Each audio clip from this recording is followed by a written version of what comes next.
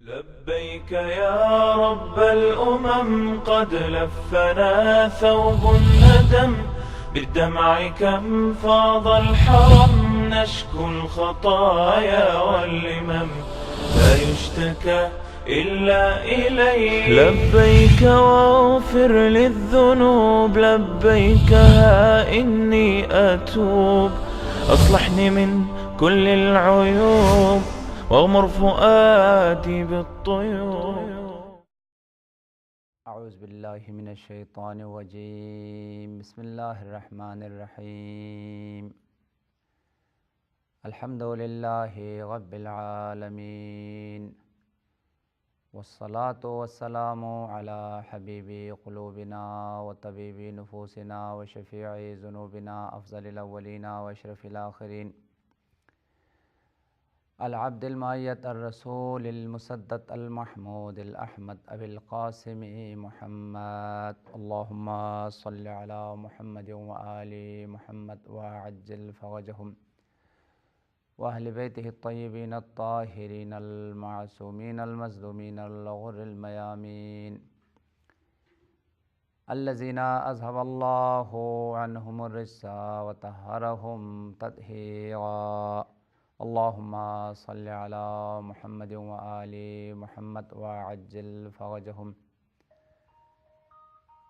اما بعد فقد قال مولانا امام الرضا علیہ السلام القنوت من رحمت اللہ ومعاونۃ الظالمین والرکون الیہم والیمین الغموس وحبس الحقوق من غیر عسر۔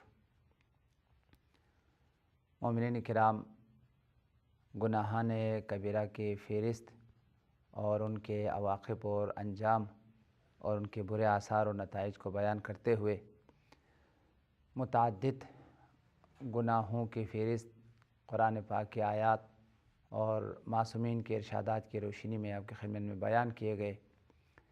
آج جس گناہ کی عاقبت اور انجام اور جس کی ترک کی تاکید کے بارے میں گفتگو کرنا ہے وہ ترک حقوق ہے۔ کسی بھی حق کا ترک کرنا باعث گناہ ہے اور یہ بزرگ گناہوں میں شمار کیا گیا ہے۔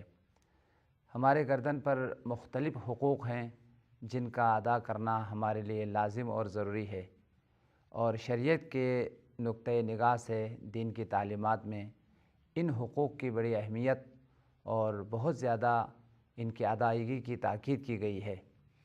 مثال کے طور پر ماں باپ کے حقوق ہیں، اور شوہر کے اوپر بیوی کے حقوق ہیں، بیوی کے اوپر شوہر کے حقوق ہیں، اور اسی طریقے سے بچوں کے حقوق ہیں، اور دوسروں کے جو مالی حقوق ہے، اگر کسی کا قرض ہمارے گردن پر ہے تو اس مال کا ادا کرنا یہ مالی حق ہے۔ اسی طریقے سے خمس بھی مالی حقوق میں آتا ہے، زکوٰۃ بھی مالی حقوق میں آتا ہے، اور مختلف لوگوں کے جو حق ہے جن کو عام تعبیر کے مطابق حق الناس سے تعبیر کیا جاتا ہے، یعنی لوگوں کے حقوق، اس کا ادا کرنا نہایت ضروری اور لازمی ہے۔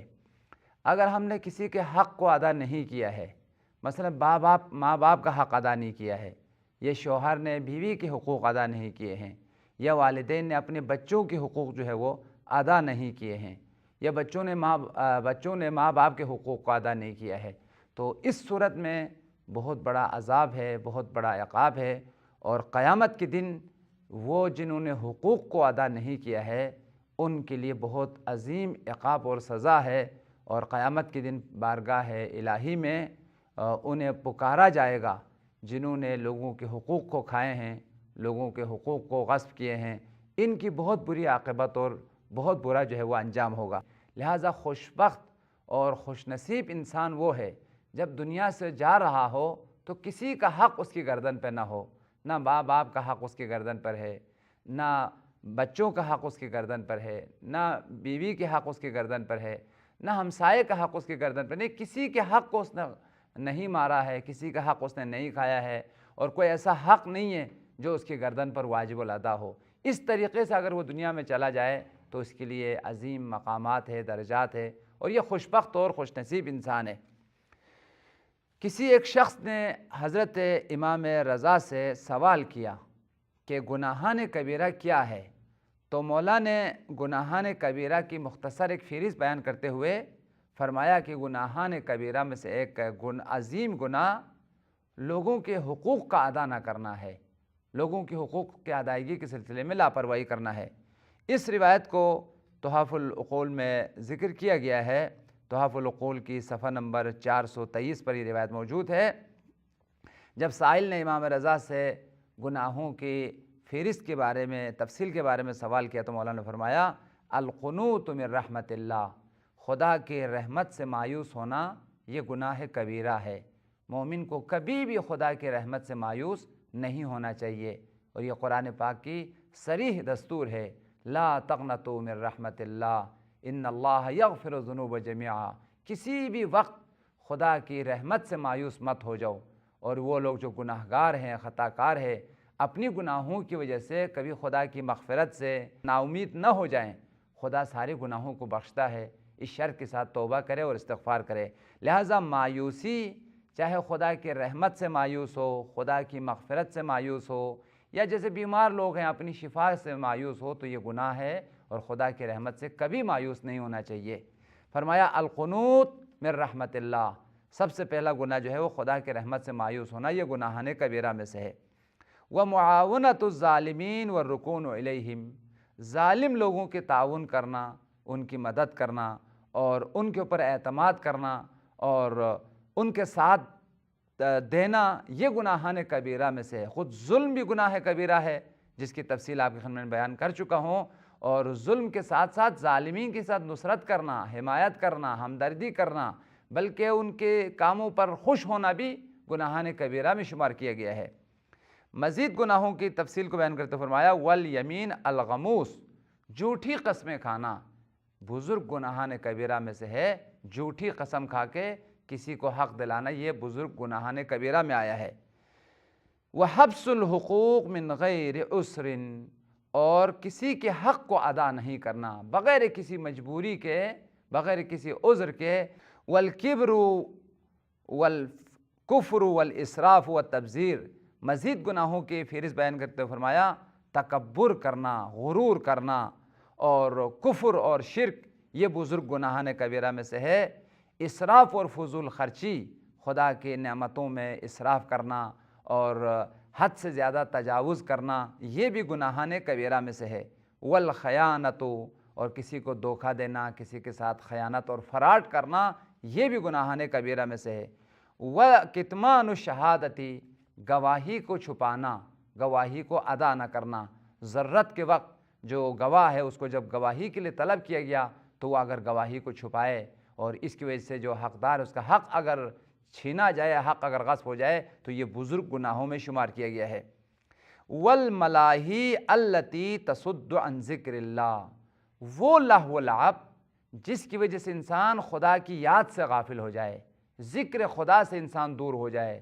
پھر مولا نے مثال دی اس کی، مثل الغنا، گانا، جب انسان گانا گاتے ہیں تو اس طریقے سے وہ اپنے آپ میں مشغول ہو جاتا ہے، خوف خدا، خوف آخرت، خوف عذاب اس کی ذہنوں سے نکل جاتا ہے، اور اس وجہ سے غنا اور گانا بزرگ گناہان کبیرہ میں سے ہے، اور اس کی بڑے برے آثار و نتائج ہے۔ اس وجہ سے غنا سے، گانا گانے سے، گانے کا سننے سے شریعت نے بہت زیادہ منع کی ہے اور بہت زیادہ اس کی مذمت کی ہے۔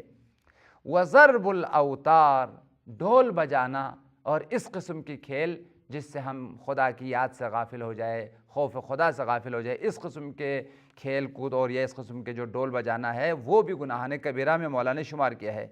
والاصرار علی الصغائر، اور اسی طریقے سے وہ جنہیں گناہان صغیرہ کہلاتا ہے اس کو اگر تکرار کیا جائے، بار بار ان گناہان صغیرہ کو دہرایا جائے تو یہ بھی گناہان کبیرہ میں سے ہے۔ فہذا اصول الدین، ان گناہوں کو ترک کرنا دین کی بنیادوں میں سے ہے، دین کی اساس ترک گناہ ہے۔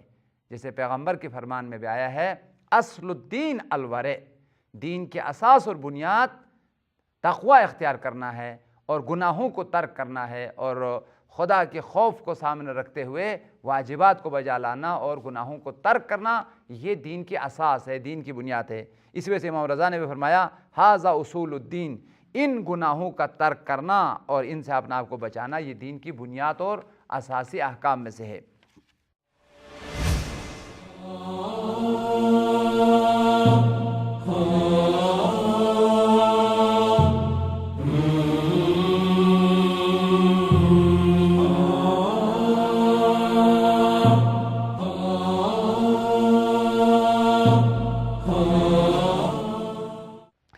گناہان کبیرہ میں سے عرض کیا کہ حقوق کو روکنا اور کسی کے حق کو گردن پہ لے کے جانا اور حق کو لے کے مرنا یہ بزرگ گناہان کبیرہ میں سے ہے، اور ان کی عاقبت جہنم ہے، ان کی عاقبت جو ہے وہ عذاب ہے۔ اسی بات کو سرور کائنات نے ایک تفصیلی ایک روایت میں بیان فرمایا ہے۔ حضور صلی اللہ علیہ وسلم نے اصحاب سے سوال کرتے ہوئے اور ان سے پوچھتے ہوئے یوں فرمایا من المفلس، حقیقی فقیر کون ہے، حقیقی مفلس اور نادار انسان کون ہے؟ جب پیغمبر نے واقعی غریب کون ہے، واقعی مفلس کون ہے، تو ہر ایک نے اپنے اپنے حساب سے جواب دیا۔ پوچھا اصحاب سے مجھے یہ بتاؤ وہ جو واقعی مفلس کہلاتا ہے، واقعی فقیر اور غریب کہلاتا ہے، وہ کون ہے؟ تو ہر ایک نے اپنے اپنے حساب سے جواب دیا۔ کسی نے کہا فقیر، واقعی فقیر وہ جس کا کوئی خاندان نہیں ہے، جس کا کوئی چاہنے والے نہیں ہیں، جس کا گھر نہیں ہے، جس کے پیسے نہیں ہیں۔ جیسے دنیا والے جن کے پاس پیسے نہیں ان کو فقیر سمجھتے ہیں، مفلس سمجھتے ہیں، غریب سمجھتے ہیں۔ لہٰذا ہر ایک نے اپنے طرف سے، کسی نے کہا پیسہ نہ ہو وہ غریب ہے، کسی نے کہا گھر نہ ہو وہ غریب ہے، کسی نے کہا جس کا کوئی چاہنے والا ہی نہ ہو وہ غریب ہے۔ حضور صلی اللہ علیہ وسلم نے فرمایا آؤ میں تمہیں بتاتا ہوں کہ حقیقی مفلس کون ہے، حقیقی غریب اور فقیر کون ہے، حقیقی نادار کون ہے۔ پھر پیغمبر نے فرمایا حقیقی نادار وہ انسان ہے جب وہ مرا تو اس کے پاس نمازیں تھیں، نمازیں اس نے ادا کی ہے، زکوٰۃ اس نے ادا کی ہے، روزے اس نے رکھے ہیں، واجبات کو اس نے ترک نہیں کیا، جو کچھ اس کے گردن پر خدا کی طرف سے واجبات اس کو بجا لایا ہے، لیکن اس نے جو لوگوں کے حقوق ہیں ان کی طرف توجہ نہیں دی ہے، حق الناس وہ اپنے گردن پر لے کے مرے ہیں۔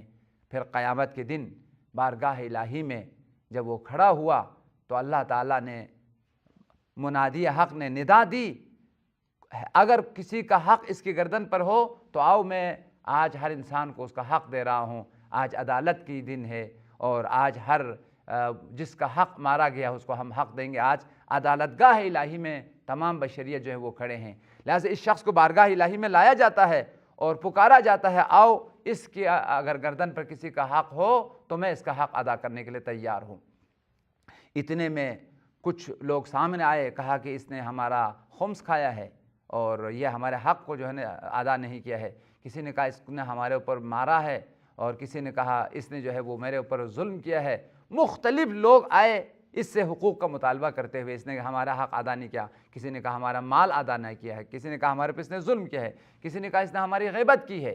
نتیجتاً ہر ایک کو اس حق ادا کرنے کے لیے کسی کو اس کی نماز دی گئی، لو تمہارا حق کے عوض میں اس کی نماز، کسی کو اس کے روزے دیے گئے، کسی کو اس کی زکوٰۃ دی گئی، اس کی نیکیاں جو ہے ان کے حقوق کے عوض میں دیتے گئے، یہاں تک کہ لوگوں کے حق ادا نہ ہوئے اور اس کی نیکیاں ختم ہو گئی۔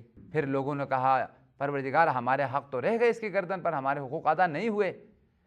تو اللہ تعالیٰ نے پھر ان کے گناہوں کو اس کے نام اعمال میں ڈال دیا، تمہارے گناہوں کو معاف کرتے ہیں، تمہارے حق کے عوض میں اس کے نام اعمال میں تمہارے گناہوں کو ڈال دیتے ہیں، اور اس کے نام اعمال میں جن کے حقوق اس کی گردن پہ تھے وہ سارے گناہ اس کی گردن پہ آئے۔ اتنے میں پروردگار عالم نے حکم دیا کہ اس گناہگار کو جہنم کے اندر ڈال دو۔ دیکھو حقیقی مفلس یہ ہے جو اعمال لے کے گئے تھے، عبادات لے کے گئے تھے، لیکن اب وہ بیچارہ ہو گیا، اس کے پاس نہ نمازیں ہیں، نہ روزے ہیں، نہ نیکیاں ہیں، ساری نیکیاں اہل حقوق تقسیم کر کے لے گئے، اب یہ بیچارہ ہو گیا۔ یہ ہے حقیقی مفلس، یہ ہے حقیقی فقیر۔ اب قیامت میں یہ کچھ نہیں کر سکتا ہے، اور لوگوں کے حق ادا نہ کرنے کی وجہ سے اس کی ساری نیکیاں لوگوں کی طرف جو ہے وہ چلی گئی۔ پھر پیغمبر نے فرمایا دنیا میں جو جن کو تم فقیر سمجھتے ہو ان کی فقر و غربت کبھی دنیا میں جو ہے نا وہ ختم ہو جاتی ہے، امیر ہو جاتا ہے، مالدار ہوتا ہے، یا جب وہ مر گیا تو سارا فقر ختم ہو گیا۔ دنیا میں فقیر تھا، آخرت میں فقیر نہیں ہے۔ حقیقی فقیر وہ ہے جو آخرت میں فقیر ہو جائے. اب وہاں پر انسان امیر نہیں ہو سکتا ہے. آخرت میں کون فقیر ہوتا ہے؟ جو لوگوں کے حقوق لے کے مرا ہے. لوگوں نے جب حق کا مطالبہ کیا، اس کی نیکیاں ان کو دیا گیا، اس کے ہاتھ میں کچھ نہ رہا، یہ حقیقی فقیر ہے. آئیے اس روایت کا متن میں آپ کے سامنے بیان کرتا ہوں. اس روایت کو جناب شہید دستغیب نے گناہان کبیرہ جلد نمبر 2 صفحہ نمبر 12 پر نقل کیا ہے. اسی طریقے سے شرح اصول کافی صفحہ نمبر 313 پر یہ روایت موجود ہے، اور بہترین اور عبرت آمیز روایت ہے.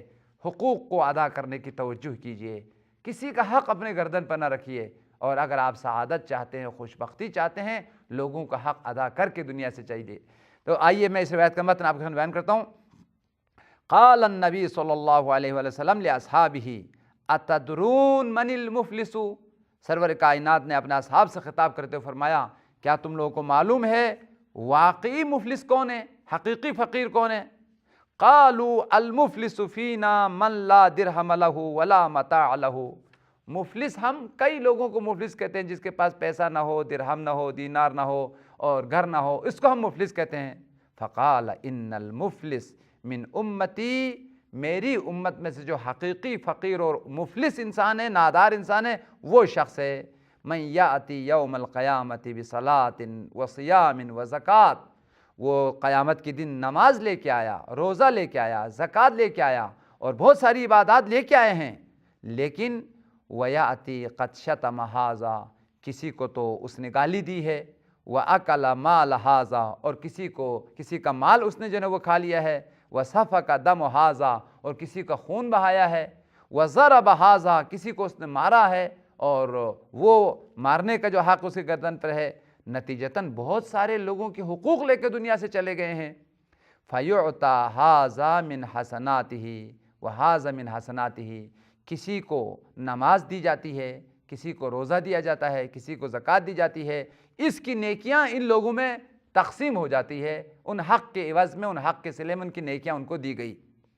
فَإِنْ فُنِيَتْ حَسَنَاتُهُ قَبْلَ أَنْ يُقْضَى مَا عَلَيْهِ أُخِذَ مِنْ خَطَايَاهُ. اب اس کی نیکیاں ختم ہو گئی، لیکن ان لوگوں کے حقوق رہ گئے. ساری نیکیاں تو چلی گئی، عبادات اور اعمال تو تقسیم ہو گئے، لوگوں کے حقوق میں ان کی صلے میں دے گئے، لیکن لوگوں کے حقوق رہا. تو فرمایا فَطُرِحَتْ ثُمَّ فِي النَّارِ، پھر اس شخص کو جہنم کی آگ میں جو ہے وہ ڈالے گئے، اس لیے کہ نیکیاں تو ختم ہو گئی، لوگوں کے گناہ اس کے نام اعمال میں آ گئے. پھر ذیل میں پیغمبر نے فرمایا ھذا حقیقت الفقر والافلاس. حقیقی غربت اور فقر یہ ہے، بہت ساری نیکیاں اس کے نام اعمال میں، لیکن ساری نیکیاں حقوق کی وجہ سے لوگوں میں تقسیم ہو گئے اور یہ نادار اور بیچارہ ہو کر رہ گئے. وَأَمَّا مَنْ لَيْسَ لَهُ مَالٌ وَمَنْ قَلَّ مَالُهُ. اما وہ جس کے پاس مال ہے ہی نہیں ہے یا جس کا مال کم ہے، فَالنَّاسُ يُسَمُّونَهُ فَقِيرًا، اس کو لوگ فقیر سمجھتے ہیں، یہ حقیقی فقیر نہیں ہے. فَالنَّاسُ يُسَمُّونَهُ فَقِيرًا وَمُفْلِسًا، لوگ اس کو فقیر اور مفلس سمجھتے ہیں. وَلَيْسَ هُوَ حَقِيقَةُ الْفَقْرِ وَالْمُفْلِسِ، یہ حقیقی فقیر نہیں ہے، یہ واقعی مفلس نہیں ہے. کیوں؟ لِأَنَّ أَمْرَ هَذَا يَزُولُ وَيَنْقَطِعُ بِمَوْتِهِ. یہ فقر جو مال نہ ہونے کی وجہ سے وہ ختم ہونے والی چیز ہے. جیسے ہی وہ مر گیا تو فقر بھی ختم ہو گیا، غربت نہ رہی، لیکن نیکیاں تو ہے، اس کے اعمال ہیں. وَرُبَمَا يَنْقَطِعُ بِغِنَى وَيَسَارٍ وَيَحْصُلُ ذَلِكَ فِي حَيَاتِهِ. کبھی کبھار زندگی ہی میں محنت کرتا ہے، زحمت کرتا ہے تو اس کی جو فقر اور غربت ہے وہ ختم ہو جاتی ہے. لہٰذا فقیر اور غریب وہ انسان ہیں جو لوگوں کے حقوق لے کے مرے ہیں، ان کے حقوق کے صلے میں ساری نیکیاں دوسروں کے پاس چلی گئی اور اس کے پاس کچھ نہیں رہا، اور یہ دوسروں کے گناہوں کو اس کے نامہ اعمال میں ڈال کے جہنم میں چلا. یہ واقعی فقیر ہے. جناب یونس بن ذبیان سے خطاب کرتے ہوئے مولا امام صادق نے فرمایا، جو شخص کسی کا حق اپنے گردن پہ لے کے چلا جاتا ہے، قیامت کے دن 100 سال وہ اپنے پاؤں پر کھڑے رہیں گے. پروردگار عالم لوگوں سے پکاریں گے، اگر اس کے گردن پر کسی کا حق ہے تو آئیں مطالبہ کریں. آج حق کا ملنے کا دن ہے، آج عدالت کا دن ہے، خالق دو جہاں کی بارگاہ عدالت میں کھڑے ہیں. لہٰذا 100 سال وہ اپنے پاؤں پر کھڑے رہیں گے. پروردگار عالم فرمائے گا، یہ وہ انسان ہے جس نے لوگوں کے حقوق کو ادا نہیں کیا ہے، اور آؤ تم اس کا حق کو جو ہے وہ ادا کرو. پھر آخر میں مولا امام صادق نے فرمایا کہ اس شخص کو جس نے لوگوں کے حقوق کھائے ہیں، حقوق کا حق ادا نہیں کیا ہے، اس کو پھر سرزنش کرتے ہوئے کہ تم ظالم انسان تھا، لوگوں کے حقوق کو تم نے ادا نہیں کیا ہے، اس کو جہنم میں جو ہے وہ ڈالا جائے گا۔ اور دوسری روایت میں آیا ہے، یہ بھی امام صادق سے ہے، جناب مفضل سے خطاب کرتے مولا نے فرمایا قال ابو عبداللہ، حضرت یونس ابن زبیان نے اس روایت کو امام صادق سے نقل کیا، مولا نے یونس سے خطاب کرتے ہوئے فرمایا یا یونس من حبس حق المؤمن اقالہ اللہ یوم القیامت 500 عام علی رجلے، جو کسی مومن کے حق کو حبس کرے، ادا نہ کرے، کسی کا حق اگر کھا جائے تو وہ 500 سال کھڑا رہے گا بارگاہ الہی میں، اور اس کے جسم سے پسینے نکلتے رہیں گے۔ وَيُنَادِ الْمُنَادِ مِنْ عِنْدِ اللَّهِ هَذَا الظَّالِمُ، یہ ظالم انسان ہے، الَّذِي حَبَسَ عَنِ اللَّهِ حَقَّهُ، وہ حق جس کو خدا نے ادا کرنے کے لیے کہا تھا اس کو اس نے ادا نہیں کیا ہے، لوگوں کے حق کو اس نے ضائع کیا ہے۔ فَيُوَبِّخُ 40 يَوْمًا، 40 دن تک اس کی سرزنش کرتے رہیں گے، فرشتے اس کی توبیخ کریں گے، اس کی مذمت کریں گے۔ ثُمَّ يُؤْمَرُ بِهِ إِلَى النَّارِ، پھر اس کو جہنم میں ڈالنے کا حکم دیا جائے گا۔ دوسری روایت ہے جس کو جناب مفضل نے نقل کیا ہے، فی روایت المفضل قال ابو عبداللہ ایما مؤمن حبس مؤمنا عن مالہ، کوئی بھی مومن جو دوسرے کے مال کو ادا نہ کرے، زکوٰۃ ادا نہ کرے، خمس ادا نہ کرے، قرض ادا نہ کرے، امانت ادا نہ کرے، یا کسی کی چیز آپ نے لائی بھی ہے اور اس چیز کو اگر آپ ادا نہ کرے تو وَهُوَ يَحْتَاجُ إِلَيْهِ، جبکہ وہ اس چیز کا محتاج بھی ہو، لَمْ يَذُقْ وَاللَّهِ مِنْ طَعَامِ الْجَنَّةِ، بڑی اہم روایت ہے، مولانا نے فرمایا، قسم کھا کے فرمایا، قسم ہے خدا کی، وہ انسان جو اپنے گردن پر حق لے کے مرے ہیں وہ جنت کا ذائقہ نہیں چکھے گا، نہ جنت کی معقولات کو وہ کھا سکیں گے، نہ جنت کی مشروبات وہ پی سکیں گے، حوض کوثر سے وہ محروم رہے گا، شراب طہور سے وہ محروم رہے گا، جنت کی بہترین نعمتوں سے وہ محروم رہے گا، اس لیے کہ اس نے لوگوں کو ان کے حقوق سے محروم کیا ہے۔ لہٰذا ان روایات کا خلاصہ یہ ہے، جہاں خدا کی عبادت اور بندگی کو توجہ دینی چاہیے وہاں لوگوں کے حقوق کو بھی توجہ دینا چاہیے، ماں باپ کا حق ادا کرے، بچوں کا حق ادا کرے، بیوی کا حق ادا کرے، استاد کا حق ادا کرے، غریبوں کا حق ادا کرے، امام کا حق ادا کریں۔ اگر آپ کی گردن پر کوئی حق نہیں ہے، آپ صاحب نجات ہیں، آپ اہل جنت ہیں، قیامت کے دن آپ کے لیے عظیم مقامات اور درجات ہیں۔ لیکن اگر خدا ناخواستہ آپ کی گردن پر ہزاروں حقوق ہو، پھر آپ کے لیے مشکلات کا سامنا ہے، ہزاروں جگہوں پر آپ کے لیے عذاب اور عقاب ہے۔ بارگاہ الہی میں دعا کرتے ہیں، پروردگارا ہمیں تمام گناہان کبیرہ سے اجتناب کرنے کی اور اپنے دامن بندگی کو بچانے کی توفیق عطا فرما، خاص طور پر لوگوں کی حقوق کو ادا کر کے دنیا سے جانے کی توفیق عنایت فرما۔ خدایا ہم سب کی عاقبت بخیر فرما، امام زمانہ کے ظہور میں تعجیل فرما۔ ربنا تقبل منا بجاہ محمد وآلہ الطیبین الطاہرین، اللہم صلی علی محمد وآل محمد وعجل فرجہ۔